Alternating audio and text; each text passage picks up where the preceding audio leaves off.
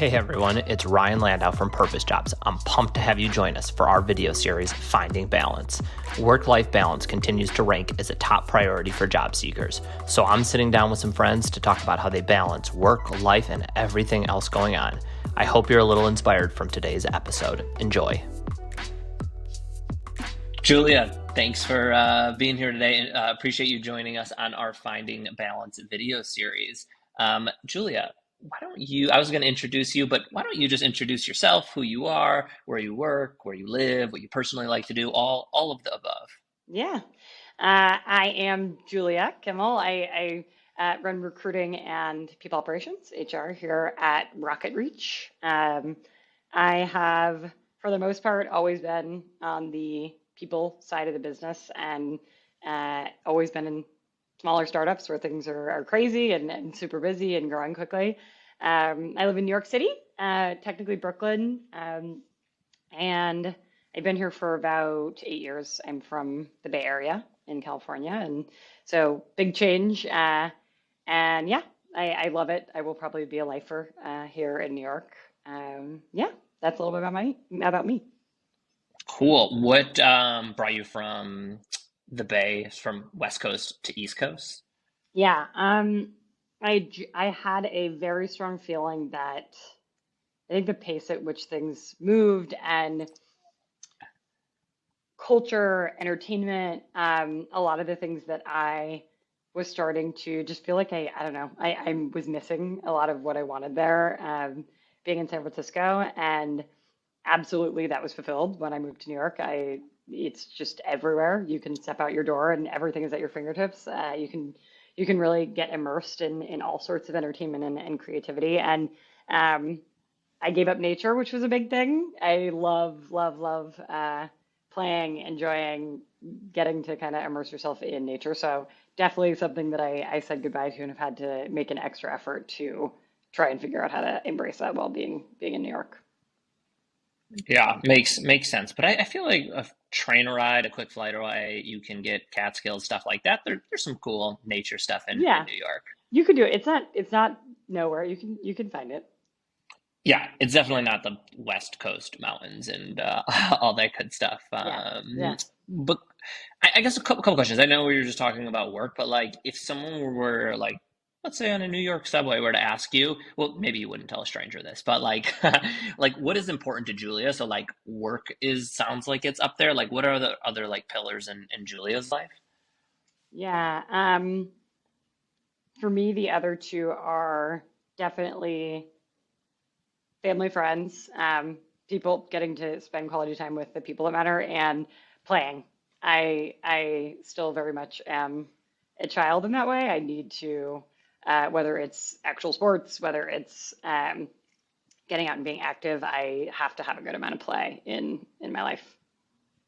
Cool. Work, family, friends, play, those three things. Like, I guess, do you set goals for the year? Check in on them like quarterly? Like, how do you make sure that you're like from a day to day, month to month perspective, year to year, like finding balance? And do you ever find that you're like off balance? And then like, how do you kind of creep yourself back into finding that like equilibrium? Yeah.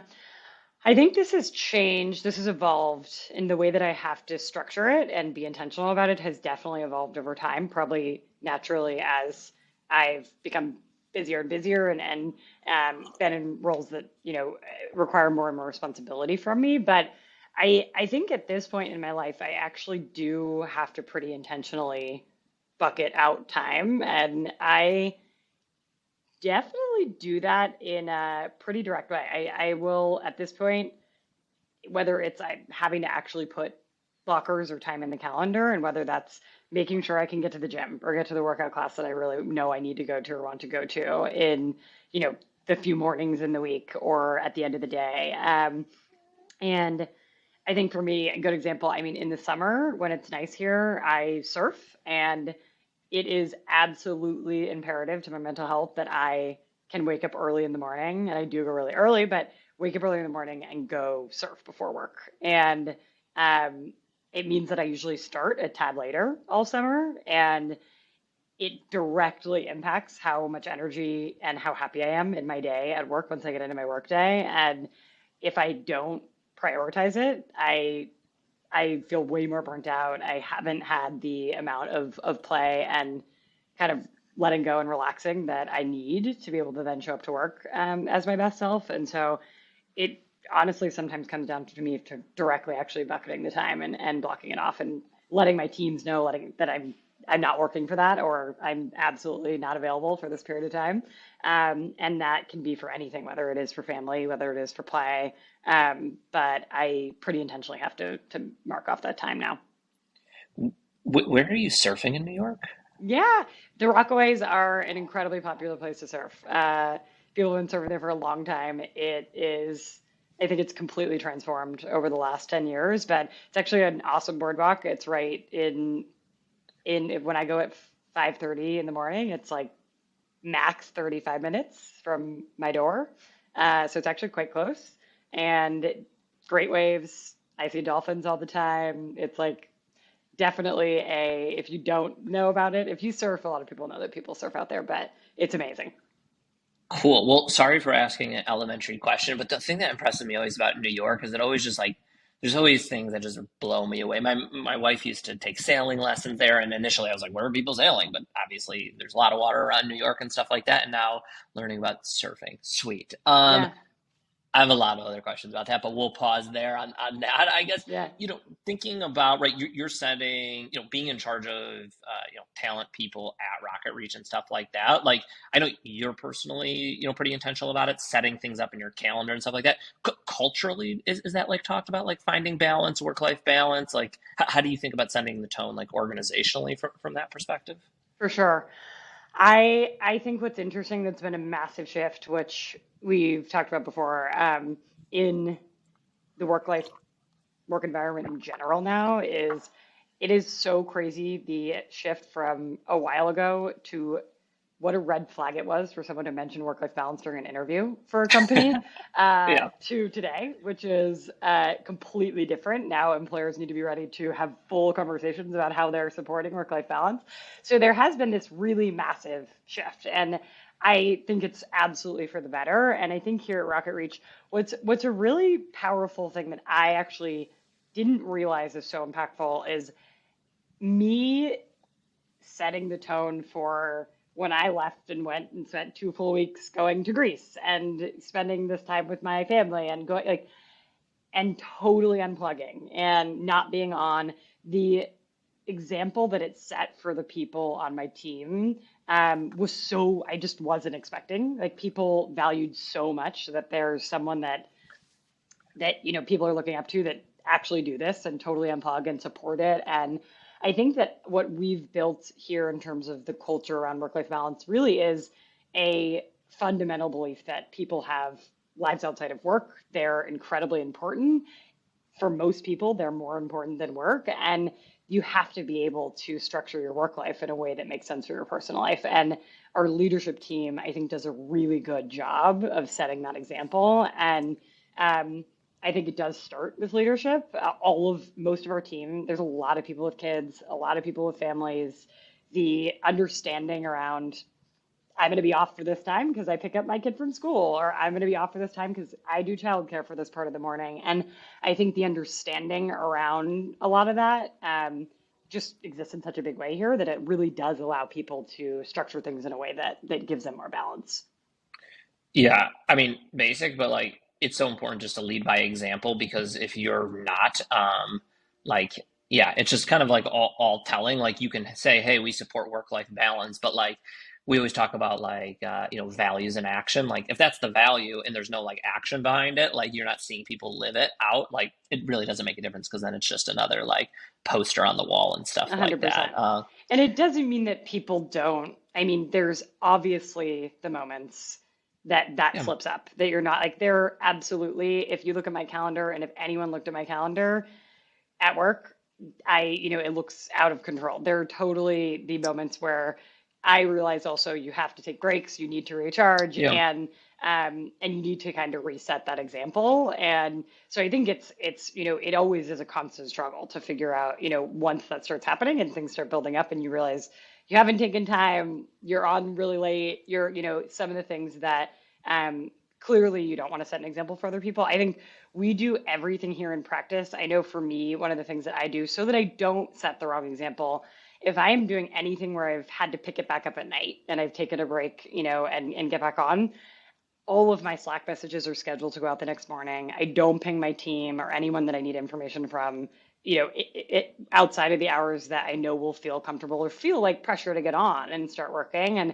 And so I think a lot of scheduled emails, a lot of scheduled Slacks is, what I encourage the team to do, just so that we maintain that. So it's just something, a small thing that I always think about when I do get on outside of an hour that I want people to be working. Cool. Yeah, if I'm on the other end, I would just be like, thank you. Because, right, people want to be maybe after work, like really present with their kids, present in surfing. It doesn't actually make a difference what the activity is, but like Yeah. there is definitely an underlying pressure. Like if you're getting a Slack or an email from someone else, that like I think culturally still people feel like they need to respond immediately and stuff like that. So scheduling this end, I think about that like externally, but I actually don't think about that too much internally. So thank you. I'm going to steal that, Yeah, it's a good little if tip. that's all right. Yeah. Yeah. We're talking about like internal team and stuff like that, finding balance and how that is. I wonder, and I actually haven't heard of this before, but do you ever think about that actually in like the interview process? And so obviously, like you're vetting people out on their like skills and like culture. Does like finding balance, work life, other just like non-work related things, and I guess you have to be careful of like what you're asking in the interview process. Like, do those ever things come up, or do you guys ever think about hiring a well balanced person? Is that important, or maybe it's not important at all? Yeah, no, I think it does come up. I will say that naturally it probably comes up more now in conversation than it Yeah. doesn't, from the candidate themselves. So, but I think we always end up talking about it. We usually talk about it because it's a massive value of ours. And so we do talk about it in the sense that this is the way we kind of operate and what we want to support our team members to really do.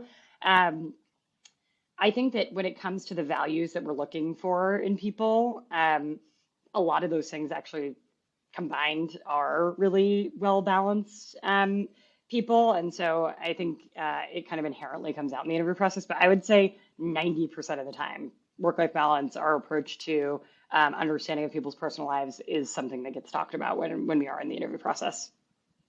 Cool. Makes sense. Rocket Reach, I guess, like where it is today versus where do you see it going over the next 24 months? One, from just like a business standpoint, and then two, anything like culturally that you're thinking about? Because I think just reflecting on the last 24 months, I think it's been like very, not for Rocket Reach, but just the world, like very turbulent with Yeah. COVID, tech layoffs, and stuff like that. Just curious, and like now that we're over it, and I'm hesitant to say that, like Yeah. what does the outlook look like?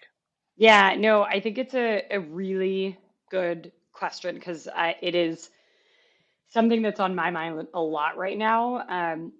Mostly because we've gone through, which I think, depending on what stage you're at as a company, if you are a startup, um, we've gone through the last couple of years. I'm talking about how great our work-life balance is, how much intention has been put on that, and the last couple of years have been a lot of fun. We went from a tiny, tiny team, we grew a lot, and it's been a lot of fun. And this year is really actually a pretty big shift in the stage of company that we're at, where it's going to be a little bit less fun. We've now identified all these problems, and now we get to actually go and solve them and fix them. And Yeah. and so we're entering a new stage and we're maturing as a business. And with that comes more pressure than you typically have when you're just in true fun building phase.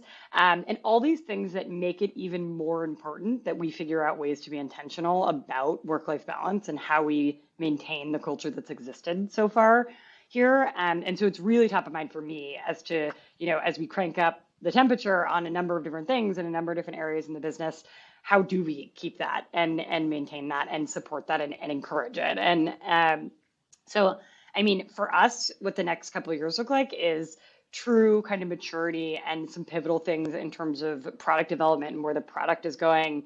Um, uh, Major kind of vision on our exit strategy and really kind of doing things to execute on that. And so there's, I think, some actually really material things that come up the next couple of years that are going to take a little bit more pushing on our people than we've typically, that we've had to do so far. And so I think it's going to pose a real, a real challenge and be a big kind of focus for us as to how we maintain and preserve the culture that we have and how much we value work-life balance while needing to put more pressure on. And so I feel really good about our ability to do it. But it does mean, even more than ever, there has to be a really good lens on it all the time. Yeah, makes sense. And I think like the playbook, whatever you guys ran to get from like 0 to 1 or 1 to 2, right? It has to be different than you're going to run from 3 to 4 or 5 to 6 into wherever, quote unquote success looks like. It's just, a different stage of company. So I think that makes a lot of sense. Yeah. Yeah. Cool. One last just like tactical question. So I know we've talked a lot about RocketReach and the company and finding work-life balance like internally. Just anything else that like between those three pillars that you mentioned, Julia, anything else that like you think about and just like finding balance? Okay, so it's like scheduling was one thing that you mentioned and being like super intentional. Like when you get off balance, like things happen, like any tactical strategies that you think about to get back in balance? Yeah. I think that everyone has a totally different thing that is, gets them feeling more balanced. Some people recharge around being other people. Some people recharge being alone. It's the same thing. There's so many different things, depending on who you are and what you enjoy that gets you there. I think first of all, being vocal, and it's hard if you're in an organization where your manager or leadership isn't setting that example, and so it feels less comfortable to voice when you need a day or to voice what that you're going to do therapy every Thursday at this time. And so you're not going to be available for this hour. Or you, for whatever reason, need to start at 10 a.m. And, if you don't have an organization that is going to support some of that, it becomes harder. But I still think that I would encourage people to voice it and to push for it because it will allow people around you to acknowledge the things that they need and that they're not asking for, and it will trickle down and be a ripple effect. But for me, aside from scheduling, it's truly voicing it. I'm super burnt out. I'm going to try over the next month to do a couple of things that I haven't been doing that I usually really enjoy. And I usually saying it and acknowledging it is the first part, and then I will start to do it. And then my team knows, and they're like, "Thought you weren't going to work for this part of Friday, and you're on." Um, so there's a little bit of accountability you can be held to as well. But I do think finding a way to get the confidence to actually share when you need it is really important. And I think people will often think they're going to be met with more pushback than they really will. Most of the time, you're talking to someone who's like, I probably could use that too, or I could do that too. And so I think it does create a more open-minded perspective when you voice it. Yeah, and I think it does that. One, it does two, it does accountability, and then three, I think there's also just like an authentic piece to it too.